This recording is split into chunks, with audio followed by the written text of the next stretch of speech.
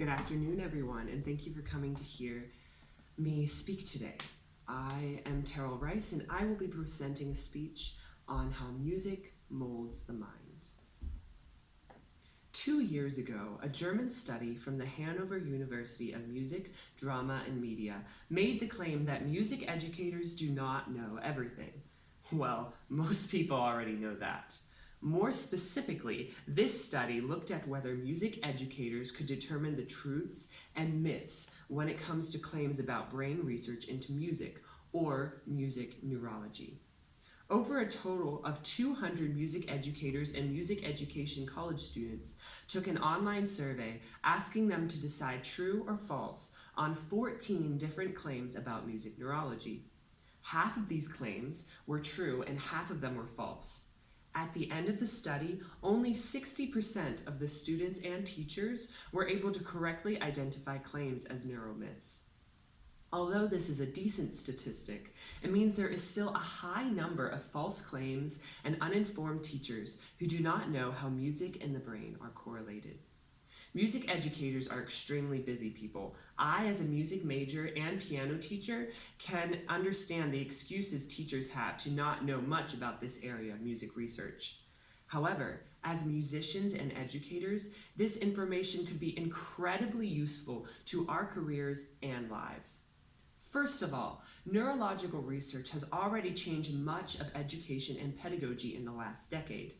Imagine what new teaching ideas we as teachers can find in neurological studies that look at what pedagogy practices are most successful in the music classroom. Or perhaps research into the brain and music may make us change our teaching style and teaching focus to increase our students' engagement with the music and increase music's benefits to the brain. Secondly, at some point, many music teachers will have to argue the benefits of a music program, either to a parent or a school board. If there is scientific research showing the benefits of music, especially its correlation with increased skills in other areas, music teachers will have one more solid piece of evidence to support the importance of music education.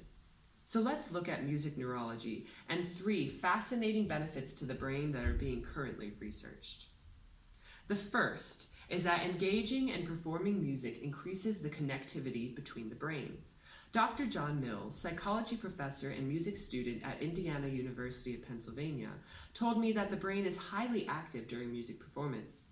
Even something as complicated as speech production only uses a certain part of the brain near the lower front. Music, however, uses many different parts of the brain at once, which makes music performance a unique task, according to Dr. Mills. A research review article by Mian Larzuska and Trost from 2014 in the Frontiers and Neuroscience Journal agree with Dr. Mills and say that because of this connectivity between the brain, musicians have a stronger relationship between sensory and movement. This article also talks about brain plasticity being improved in music makers, meaning the brain changes and adapts to new situations easier than non-musicians' brains. Music uses the brain in a unique way and helps the brain to better grow, communicate, and adapt. Music seems to strengthen the brain when it comes to language as well, the second interesting correlation found in music neurology. Researchers from the Cognitive Brain Research Unit at the University of Helsinki found that music education improves language skills, especially in young children.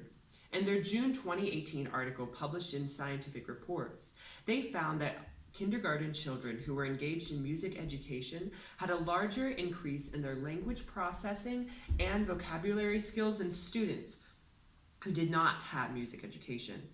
For older students, Dr. Mills explained that learning a second language is one of the most significant ways of reducing Alzheimer's disease. He commented that because language and music already have an interesting correlation, researchers are currently looking at the possibility of music education also reducing the probability of memory decay.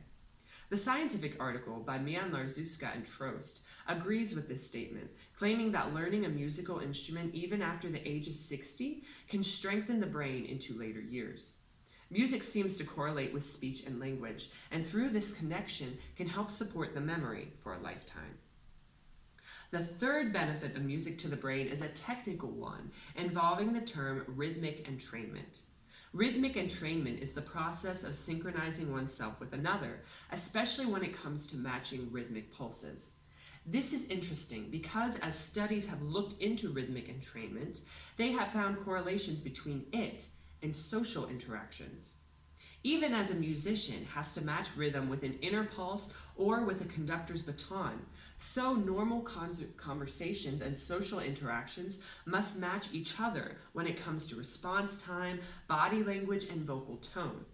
A study published this year in the Journal of Psychology of Music titled, "Does Moving to Music Make You Smarter?" found that strong rhythmic music programs increase rhythmic entrainment.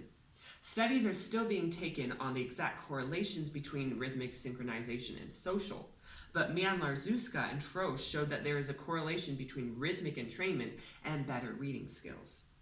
Camballo Munoz and Cabello Mas in the British Journal of Music Education found that social skills can be improved in school music education classes, but most of the time, music more benefits personal emotional skills, such as self-control, motivation, and self-expression.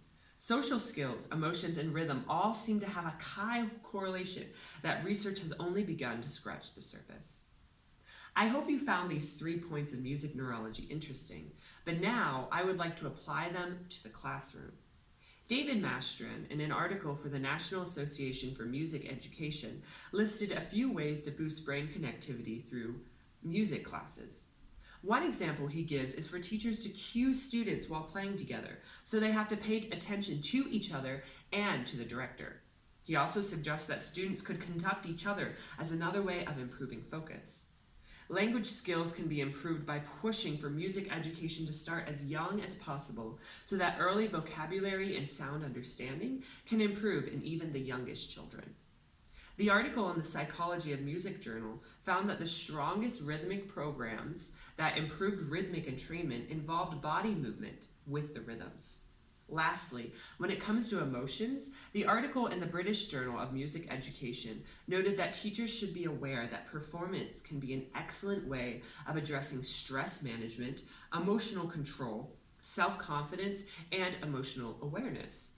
These few examples are simple ways of applying science into the classroom, which in the end should be the main aim of educational research. As music majors and educators, we all know why music is important and why everyone should have an experience with performing and understanding music. We love music and know how it can influence and change our lives. Peter Green, English teacher and musician, argued that music educators should not have to defend music because it provides benefits to other areas. He says that music is the oddest phenomenon because it seems like magic to create music, and even though it is only a collection of sounds, it somehow speaks to humans on emotional and personal levels. We as musicians can name countless times music has spoken to us in different ways, and this is of course why we teach it. However, experience and science do not have to oppose each other, and knowing what current research says about music's impact on other abilities is useful to educators in many ways. Memory, language, rhythm, and personal skills all can be impacted by music. If teachers take on this research and apply it to their own musicianship and teaching, our music will be better and our students will be stronger. Even as we practice and grow in our love and understanding of music, let us grow in our learning and allow our music to mold our minds. Thank you.